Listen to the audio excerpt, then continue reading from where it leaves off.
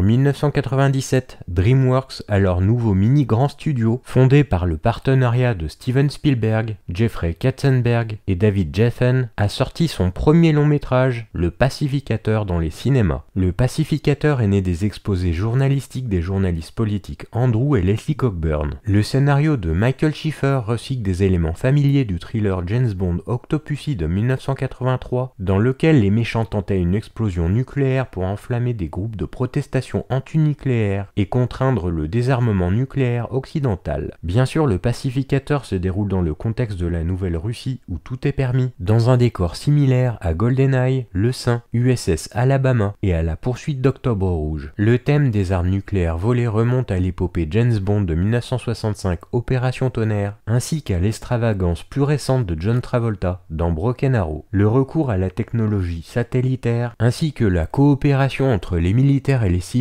au plus haut niveau du gouvernement, porte la patte du romancier Tom Clancy. À peine plus que Jack Ryan avec un changement de sexe, le docteur Julia Kelly de Nicole Kidman associe la détective littéraire Nancy Drew à l'héroïne sexy de la télévision des années 1960, Honey West. La société de production DreamWorks de Steven Spielberg a fait appel à Mimi Leder, réalisatrice d'épisodes de Urgence et de La Loi de Los Angeles, pour gérer cette légère déviation de la formule d'action. Les ambitions du projet sont claires. Par moments, cela rappelle les mélodrames politiques radicaux des années 60, d'Hitchcock ou d'Otto Preminger, complétés par des extraits d'une fraction de seconde de musique surmenée à consonance ethnique censée créer une empathie intense pour les nations pauvres, tourmentées et non américaines.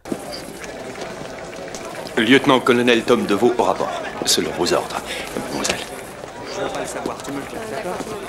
Mon enthousiasme me joue parfois des tours, mais j'espère ne pas vous avoir vexé tout à l'heure. Non, bien sûr que non. Café ? Oui, avec plaisir. C'est là-bas. Au plus profond de la Russie, une explosion nucléaire tente de cacher le vol de 10 ogives nucléaires volées. Le général russe Khodorov s'échappe avec les 9 autres, dont l'une est destinée à un agent renégat du gouvernement serbe, Dusan Gravic. L'explosion attire l'attention des responsables américains, notamment le ranger de l'armée Thomas Deveau et le chef du renseignement de la NSA, le docteur Julia Kelly, qui traque les armes manquantes alors qu'elles sont sur le point d'entrer en Iran. Alors ? Et Alex, ça va la balade ? Qui c'est? La circulation te rend pas dingue quand t'es pressé? Et putain, qui est à l'appareil? Tom Deveau, Alex, où t'étais passé? Dis-moi, tu sautes toujours cette hôtesse de l'air finlandaise à la vilaine peau? Ce qui est frappant dans la révision du Pacificateur aujourd'hui, c'est à quel point peu de changements géopolitiques ont eu lieu au cours du quart de siècle qui s'est écoulé depuis sa sortie. L'intrigue du film tourne autour des Russes, des armes nucléaires, du terrorisme et de la peur américaine d'une attaque nucléaire, un phénomène plutôt prémonitoire étant donné que l'invasion de l'Ukraine par la Russie ne semble que trop familière. Le Pacificateur est loin d'être un mauvais film. Bien que légèrement simpliste, le film d'action politique se prend suffisamment au sérieux pour être efficace. Mais parfois quelques séquences d'exposition du film sont un peu longues et un peu ennuyeuses, notamment en ce qui concerne le vol des armes nucléaires russes et leur explosion prévue pour le final. George Clooney incarne le lieutenant-colonel Tom Deveau, un officier impétueux mais charmant de l'armée, chargé d'aider le docteur Julia Kelly interprété par Nicole Kidman à donner un sens à une collision ferroviaire et à l'explosion nucléaire qui en a résulté en Russie. En termes de réalisation technique, le travail de caméra dynamique et le montage sommaire du film, ainsi qu'un ton visuel nettement brut, permettent un visionnage énergique même si déjà vu. Les séquences d'action impliquent un trio de voitures de luxe circulant à grande vitesse à travers Vienne, ainsi qu'une séquence tendue de poursuite du camion transportant des armes nucléaires à travers la Russie et l'Europe de l'Est, sans parler de la poursuite dans les rues animées de New York.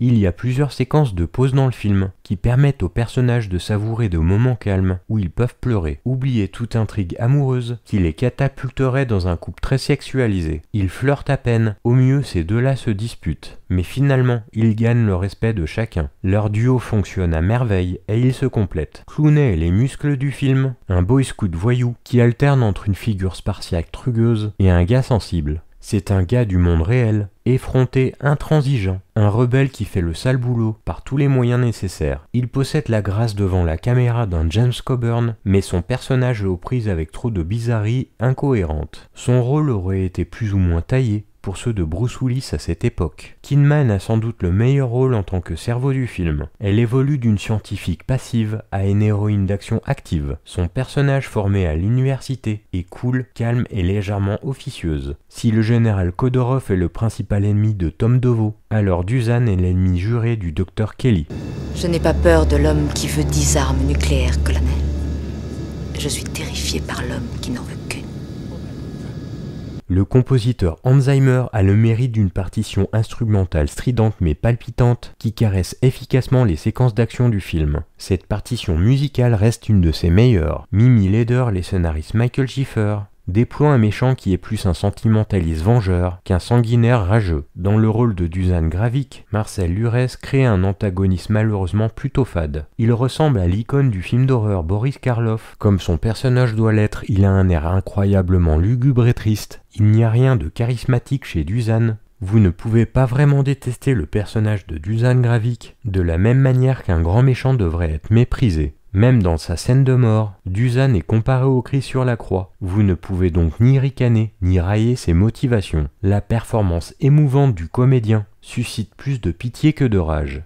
Lorsque Hollywood utilise un acteur anonyme comme méchant et lui donne une conscience, il sacrifie un atout majeur. Personne ne va au thriller pour voir les héros. Les gens vont se livrer à l'énormité des méchants. Ce n'est pas le cas ici dans Le Pacificateur. Alors que le duo traque les pistes partout dans le monde, le rythme commence à adopter une démarche plus agréable. Le Pacificateur trouve son rythme une fois que les pneus ont touché le feu. Le film d'action politique simplifié prend certainement son temps pour s'assurer que tout le jargon politique, pour ainsi dire dénué de sens, est compris. Cela serait mieux apprécié si les explications et les clarifications étaient plus succinctes. Le point culminant du film est extrêmement passionnant. Les images de la police de New York et du FBI envahissant le centre-ville de Manhattan à la recherche de l'agresseur sont certes troublantes, mais elles parviennent à créer une impression d'ampleur appropriée pour l'attaque. Clooney et Kidman traversent Manhattan à la recherche d'un homme portant une bombe nucléaire dans un sac à dos. Ils étudient des cartes, conduisent des voitures, sautent par-dessus les voitures et courent dessus. Ce n'est pas notre guerre, monsieur.